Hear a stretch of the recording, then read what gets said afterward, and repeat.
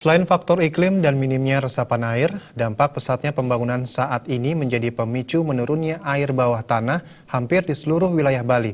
Untuk itu diperlukan upaya konservasi air dan lingkungan agar ketersediaan air tanah tetap terjaga.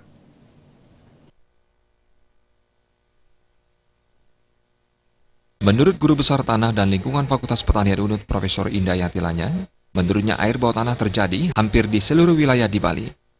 Ketersediaan air tanah sangat tergantung dari tangkapan air hujan. Sementara di wilayah Denpasar, di samping faktor minimnya curah hujan, bagian hulu sudah banyak terdapat pembangunan sehingga mempengaruhi menurunnya resapan air.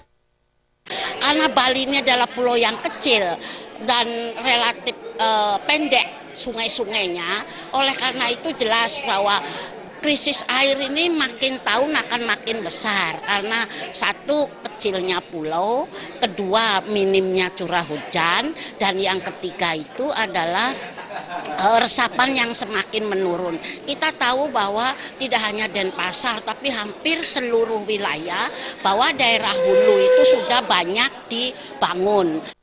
Hal senada diungkapkan Kepala BLH Kota Denpasar, Ana Agung Bagus Sudarsana. Menurutnya, pengambilan air tanah di Kota Denpasar sangat tinggi, sebagai dampak pembangunan perumahan maupun pembangunan hotel dan restoran sangat gencar saat ini. Hal ini berpengaruh terhadap ketersediaan air tanah di samping pengaruh iklim akibat El Nino beberapa waktu lalu. Kendati demikian, beberapa upaya dilakukan pemerintah, diantaranya melakukan konservasi air tanah melalui program biopori dan sumber resapan. Saat ini, lebih dari 20.000 lubang telah dibuat baik di kantor pemerintahan, sekolah, desa, dan kelurahan. Yang pertama adalah kita sampai saat ini sudah membuat program konservasi air tanah melalui program biopori.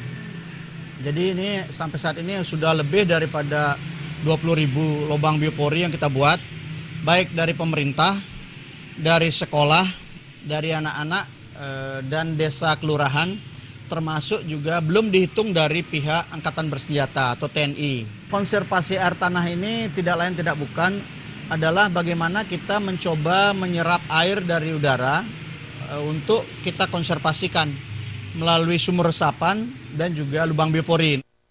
Ana Agung Bagus Sudarsana menambahkan, selain membuat lubang biopori dan sumur resapan, gerakan konservasi lainnya yang terus dilakukan yakni penghijauan atau penanaman pohon guna menjaga ketersediaan air dalam tanah. Perawidia dan Putrata, Bali TV.